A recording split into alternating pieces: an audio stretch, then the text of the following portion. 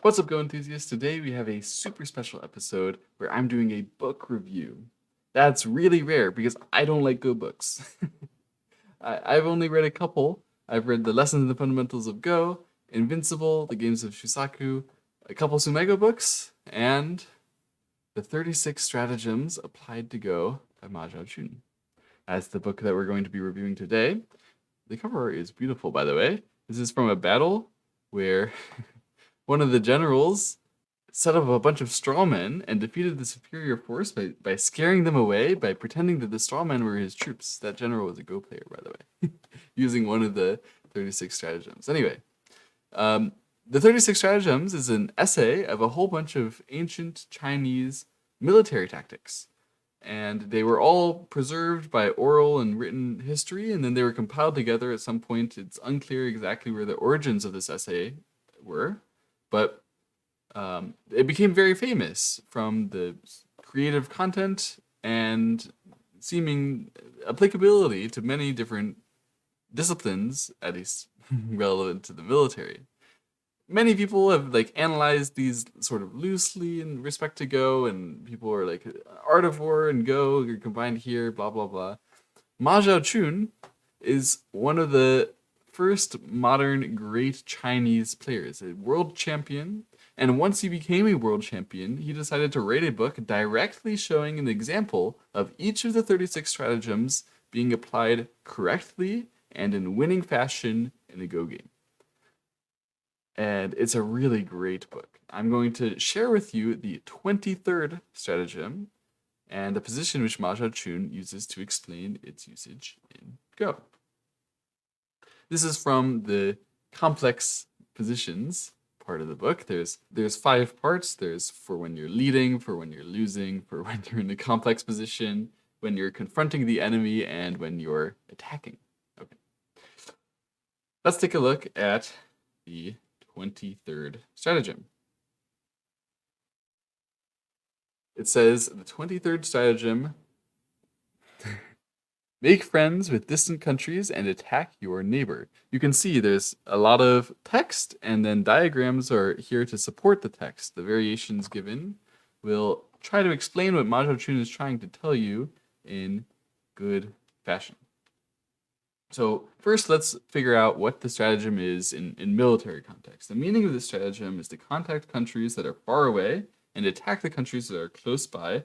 This was a diplomatic strategy adopted in the period of the Warring States, and it was used by the country of Qin to make a unified dynasty. Okay, sure.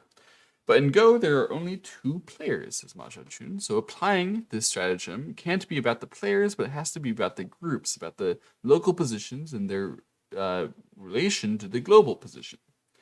So he says you can only explain it as adequately utilizing your own advantageous factors, for example, your thickness right next to your opponent's thinness, to attack nearby, and fighting from strength will affect the entire board. Let's take a look at the position which Ma Zhaochun has chosen to share to describe this strategy. Every position in this book is taken from a professional level game, and the players are all anonymous. This one was taken from the 1987 All China Dan level promotion tournament. It's black to play. You can feel free to pause the video and try to figure it out yourself. Try to think for yourself where you would play here.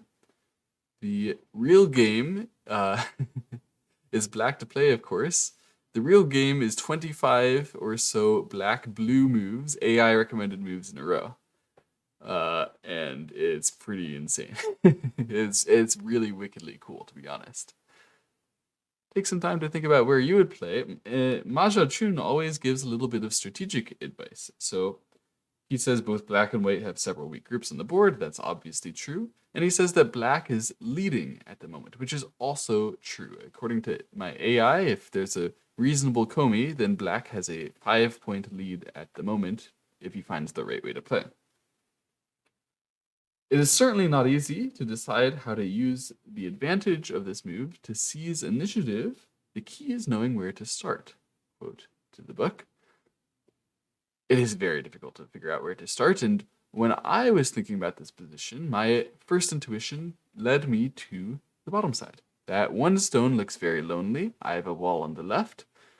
The intuitive move to play is obviously to approach from the right side, like this.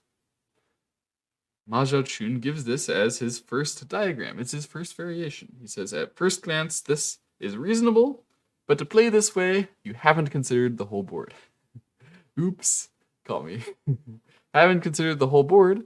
White can save this group. There's a few ways to save this group. It's honestly really easy. White could do almost anything, but Ma Zhaochun gives a variation. Okay, this black tiger's mouth is not the most accurate move, but it's to demonstrate what's really happening here. White, by just playing a couple random jumps, has saved his group. He's under almost no pressure. There's almost no way that black can transform this into any kind of killing attack. And in fact, white is the one putting pressure on black. If white continues to play at the highlighted spot, black is surrounded in the bottom left. So like black needs to play something in the center and start defending himself. When we played the pincer on the bottom right, did we think that we were going to be the one getting attacked? No, of course not. So of course black has lost control of the game in this variation. It's not good for black. So then, what to do? My second thought was actually maybe I should approach from the left side. But Ma Zhaochun doesn't even give that as a variation. That's way too over-concentrated. That's way too close to that black. I mean, that black is a wall. It may not be that thick, but it is a wall. You can't just take 2 lines of territory next to your wall. That's way too small. So I knew that. I probably wouldn't have actually played there, but I did think of the move, to be honest. The question is, where do you play? Where do you play that's global? And the truth is, the real weakness of white in this position has to be the thin shapes on the top side, the 3 space jumps over there. Ma Zhaochun's second variation is directly invading 3 space jump on the top. He says, playing here is a relatively ordinary move. I'll take relatively ordinary, but it's not urgent. That's what Ma Zhaochun says. When white plays this jump, white is becoming very thick in the center. And even though black can try to capture this stone and even effectively do that, Ma Zhaochun gives a very simple variation. White just leans a couple times, defends himself in this center. This was not very efficient for either side, honestly, but it shows the idea, the premise of what's going on here very well. Black chases that one stone, cuts that one stone off effectively. White says, who cares? You can go ahead and have it. And since white is now very strong on the top side, can easily make 2 eyes, can easily connect, all that stuff, black has become relatively quite weak in the center. So black will have very limited chances to bully this one stone on the bottom side, and globally, in terms of the whole board position, black's gain of a few points on the top cannot possibly outweigh his losses. It's true. This variation is not successful for black. So then what to do? How to play this position? Feel free to pause the video again if these were all the moves that you were thinking of, and think, how do I attack my neighbor and make friends with distant countries? Attack my neighbor in a position like this. How can that be the strategy that gets applied to win the game for black? I couldn't find it. Personally, when I was trying here, I could not find the move that was the best. And much credit to black, he did in the game. Black played here. This move is the blue move. It's the best move. And it's the move that black played in the game. It's the move that Ma Zhaochun highlights. He says, this black knight's move breaks the connection between white stones in the center and the 3 space on the top side. Which is true. White has no way to connect all of these stones together through this large knight's move, that 3 space, that 3 space. You can't stay all connected. In the game, white plays very, very well, actually. White plays this push and then this turn, which is a common response to the shoulder hit, but it's also very well positioned in this board. And black plays a clumsy empty triangle. Ma Zhaochun says, black's clumsy play here was the strongest move on the board, and he's right. This is the blue move again. the AI suggested move. Black has just plopped an empty triangle in the middle of white's shape. Normally, if you just put an empty triangle down on the board, you aren't doing well. But in this case, this was the best AI sequence. It was the best sequence practically to win the game as well. It puts so much pressure on white because black is going to cut either in the center or cut off these stones. In the game, white saved those stones, and black played this peep and jump. There were other ways to cut through the center, but this is, the one that black chose.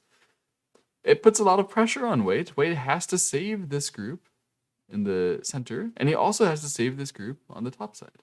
So what he does is he tries to save his group in the center quickly. He attaches here, tries to use black's weakness to help him out a little bit. Black plays this hane and this bamboo shape. And here, Ma Zhechun says white makes a mistake, and he's right. White plays this cut. This is a mistake, and it's pretty clear when you see the game why this is a mistake. Of course, black needs to save his stones in the center. So black plays this Atari and push, white gets this Atari, and white pushes here. But at this moment, white couldn't bear to leave his cutting point behind here. He just came back to fix. And then when black gets the hane at the head of 3 stones, black's shape is so amazing here. You can see each of these white moves you could consider them to be bad exchanges for the black blocks. I mean, black has super solidified his shape here, and white has gained nothing in the local area.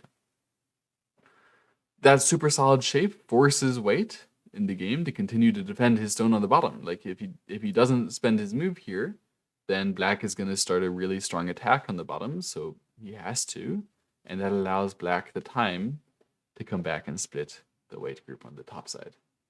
From here, I think it's really clear to see that black has won the game. Even black has the advantage in territory, but he's also thick everywhere. He had no weak groups, and he's attacking everywhere too.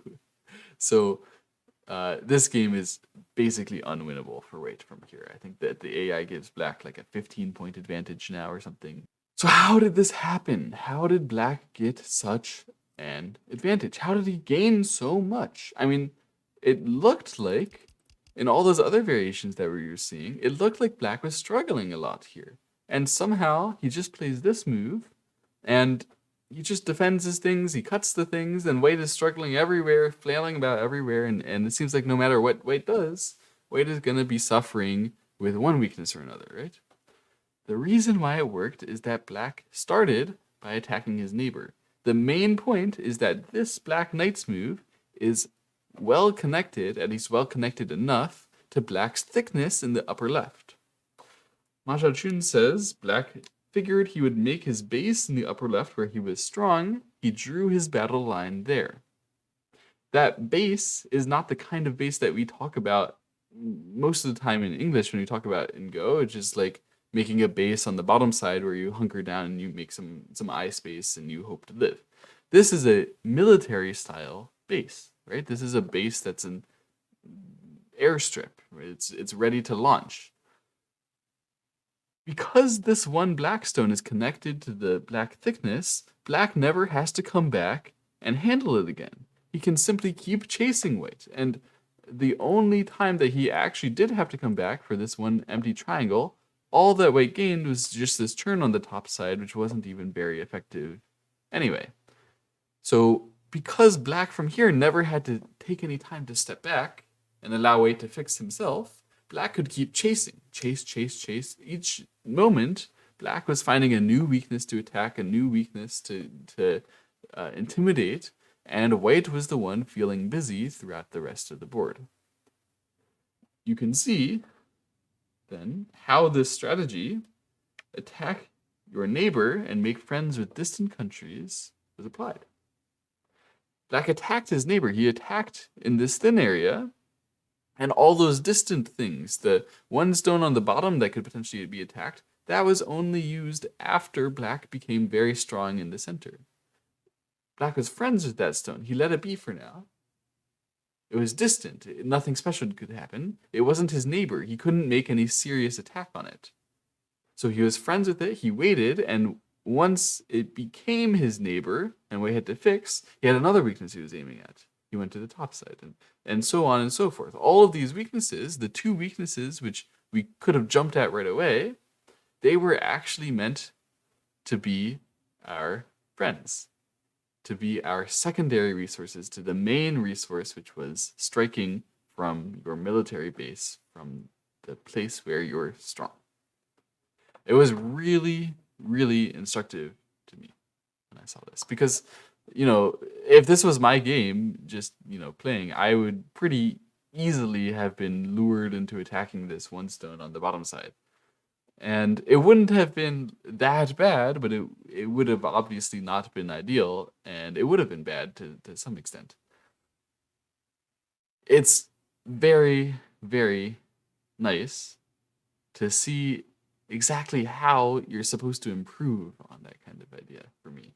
And I realize now what's actually threatening to white in this kind of position is not loose attacks, it's tight attacks. It's the stuff that really boils under your shapes and simmers and cooks you in a pot, That's what this is. It's not the very loose gathering of herbs. It's a direct attack, and I love to see it.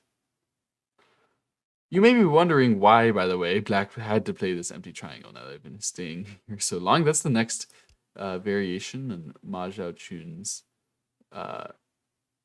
book here. So he gives what happens when Black plays this attachment. To be honest, his variation here is not accurate. His reasoning is good, his strategy is good, but the tactics are a little bit incorrect. He suggests white to play here, which is a mistake because Black should play the turn like this and play here. And now white can't push through as Black can save with a tiger's mouth, and Black can split all the white groups. White can't cut here because Black could capture, obviously. However, Ma Zhaochun gives Black blocking here with the empty triangle, which would be a mistake as this cut now comes in Sente. And then white can play this wedge, and we get a ko here, which Ma Zhaochun correctly identifies as good for white. So that's the reason he gives for why Black shouldn't do this. But actually, the real reason why Black shouldn't do this is not that, where Black could extend, but white could play this hane. And this kind of forces Black to play a cutting move here, but that leaves behind a wedge like this. And the main difference, the main reason why this is bad for Black, even though Black can come out like this, Black lost his military base. He lost his launching pad, Black is now not connected to his original thickness. That means he has to spend time to defend himself. And that gives white time to defend himself as well. White naturally gets the time to defend here. Black can't go for any crazy attack like this. White will easily be breaking through. And because this Black is not perfectly strong, he's not able to do absolutely fanciful stuff on the outside. Black is just going to die here, from here, and etc.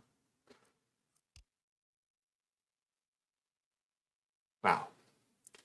So it was so important to stay connected to the upper left that Black should only play the knight's move. And when white, pushes and turns and asks Black, hey, how's your connection there? How firmly connected here are you? How strong is this attack? Black should play the empty triangle and be like, I'm full committed. I'm down. I'm here to attack you. I'm here to punish the white shape.